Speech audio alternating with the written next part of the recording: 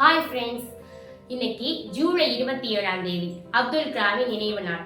எனவே அப்துல் கலாமை பற்றி உங்களிடம் ஒரு 2 வார்த்தை பேச வந்துள்ளேன்.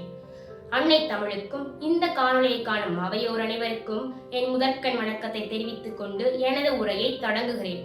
கனவு என்பது தூங்கும் போது காண்பதல்ல, உங்களை தூங்க விடாமல் காணச் செய்வதே கனவு. கனவு காண்பவர்களுக்கும் உழைப்பவர்களுக்கும் மட்டுமே சிறந்ததை கொடுக்க காத்திருக்கிறது. வானத்தை பாருங்கள், நீங்கள் தனியாக நிற்கவில்லை. ஒரு முழு பிரபஞ்சமே உங்களுக்கு துணையாகவும் நட்பாகவும் இருக்கிறது. யாதும் ஊரே யாவரும் கேளு என்ற ஒற்றை வார்த்தையை அமெரிக்காவின் ஒரு முக்கிய கூட்டத்தில் கூறி ஒட்டுமொத்த கூட்டத்தையே கைத்தட்டலால் அதிர வைத்த பெருமைக்குரியவர் நம் அப்துல் கலாம் ஐயா அவர்கள். இவர் ராமநாதபுரம் மாவட்டத்தில் உள்ள தனுஷ்கோடியில் பிறந்தார். 1931 அக்டோபர் 15ஆம் நாள் ஜைனுலா மரைக்காயர் ஆசிமா என்ற தம்பதிக்கு மகனாக பிறந்தார்.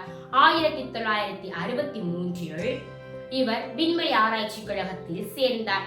SLV-3, ரோஹிணி, பிரித்வி, திரிசூல், நாக் என்ற பல ஏவுகணைகளை செலுத்திய பெருமைக்குரியவரும் இவரே.